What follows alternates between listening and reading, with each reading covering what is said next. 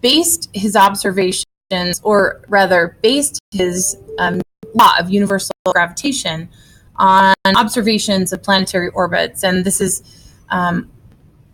thanks in large part to the work of Johannes Kepler and an astronomer called Tycho Brahe.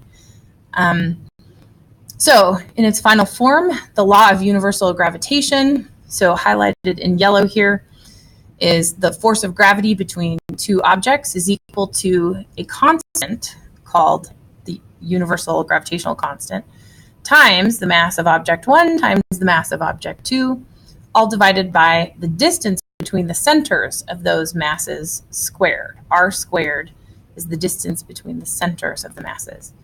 The universal part of the law of universal gravitation is that it seems to hold the same with the same constant, the same form on all objects in the universe, anywhere in the universe. So also of note is that gravitational constant, G, capital G, not lowercase g, capital G of 6.67 times 10 to the negative 11th. So it's a relatively small number, and it indicates that gravitational force is a relatively weak force in the universe. The magnitude of the gravitational constant G can be measured in the laboratory through a Cavendish experiment. We probably don't have the equipment needed to do that. You can look up more about that research experiment. So we can relate the gravitational constant to the local acceleration of gravity, because we know that in the flat Earth approximation, the pull of gravity on an object is mg, and that pull of gravity must still relate back to the law of universal gravitation. So large scale and small scale must agree. And I forget whose theorem that is, but we're saying that the pull of gravity, or weight, mg, equals universal gravitational force G m1 m2 over r squared, where m2 is the mass of the Earth and r is the distance from the center of the Earth to your location, and that's approximately the radius of the Earth. We can then solve for that lowercase g for acceleration due to gravity. Knowing the radius of the Earth and the acceleration due to gravity of things on Earth on average, you can calculate the mass of the Earth as 5.98 times 10 to the 24th kilograms. Acceleration due to gravity varies over the Earth's surface due to altitude and local geology and the shape of the Earth, which is not quite spherical. It's a bit bulgy around the equator. And so you can see that G, lowercase g, does change a little bit here and there, but it always rounds to 9.80. Or 9.81, I'm not sure, but in any case, rounds to something like 9.8. So here's an example calculation. At what distance from the Earth will a spacecraft traveling directly from Earth to the Moon experience zero net force because the Earth and Moon pull in opposite directions with equal force? So we're looking at Earth and Moon, and we know that somewhere in between these two bodies is a place where the pull on a spacecraft, here's the spacecraft, so the pull of Earth on the spacecraft, I'll just mark it E, right? Earth on spacecraft equals Moon on spacecraft, where those two forces cancel out. Oops, oh, I forgot to make my PowerPoint screen smaller. So I'm looking for the place where these cancel out. So I think about how I might notate this.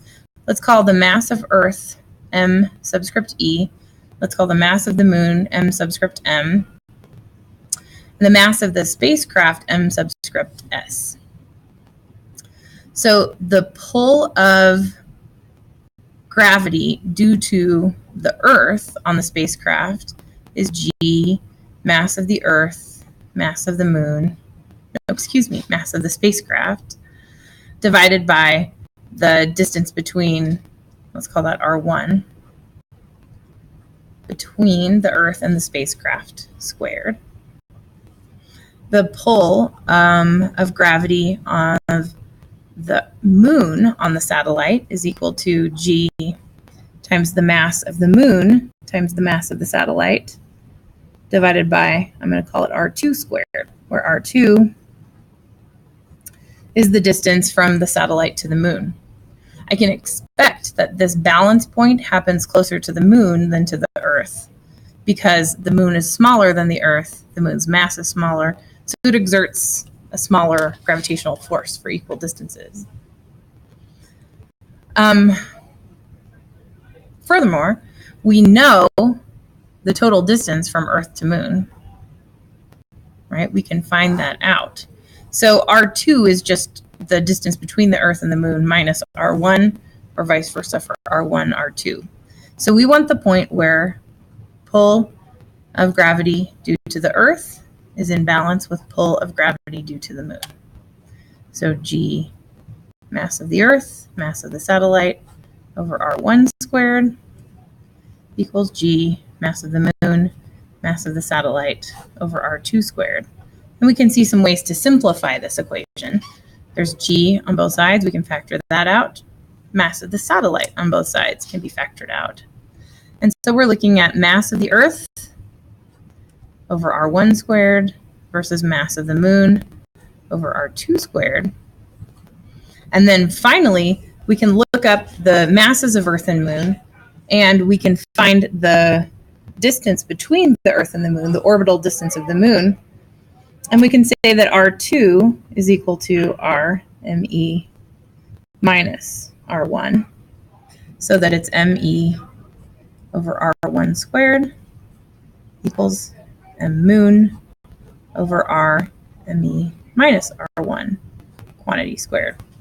And frankly, the rest is algebra. I'll leave the rest to you to solve algebraically and or search the solutions. I won't waste our time solving it.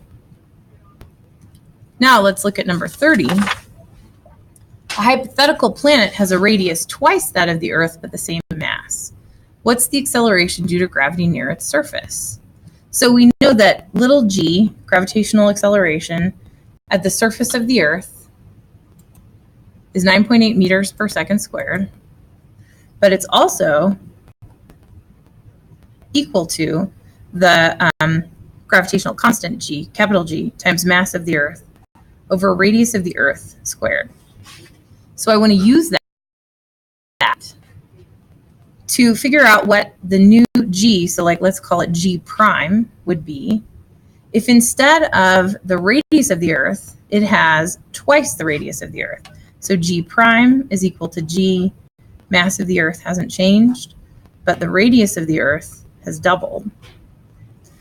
That doubling gets squared, so I end up with 1/4 times g me over re squared. So g prime is equal to 1/4 g.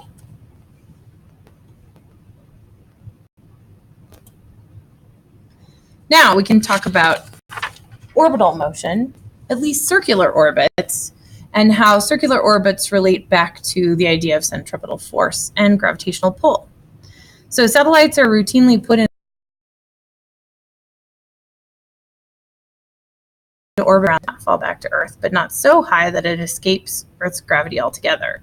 So this diagram gives you a sort of range of forces. We have a circular orbit occurring at about 27,000 kilometers per hour. We have an elliptical orbit occurring at 30,000 kilometers per hour. And at 40,000 kilometers per hour, the satellite travels away from the Earth fast enough that it doesn't return due to the pull of gravity. And we can talk about that in terms of energy a little bit later, and gravitational potential energy on large scales compared to gravitational potential energy in the flat Earth approximation. The satellite is kept in orbit by its speed. It is continually falling. It is continually pulled towards Earth, but the curvature of the satellite's path is as curvy as the Earth's surface curvature. Objects in orbit are said to experience weightlessness, but they do have a gravitational force acting on them. The satellite and all of its contents are in free fall. The idea being that it's free fall, but the curvature of the path, so rather than seeing a parabola down towards the surface of the Earth, the curvature matches the curvature of the Earth underneath, and so it never actually hits the ground. The satellite and its contents are in free fall. There's no normal force, and it's not the lack of pull of gravity that leads to the feeling of weightlessness. It's the lack of normal force that leads to the feeling of weightlessness. More properly, this effect is called apparent weightlessness because the gravitational force still exists. Apparent weightlessness can be experienced on Earth, but only briefly, as in the jumping runner, the jumping ballerina, and the flying skier.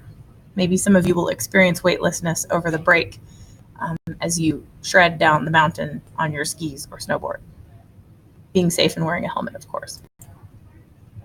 So, which is stronger, the Earth's pull on the moon or the moon's pull on Earth? And I have to pause here because class is going to start.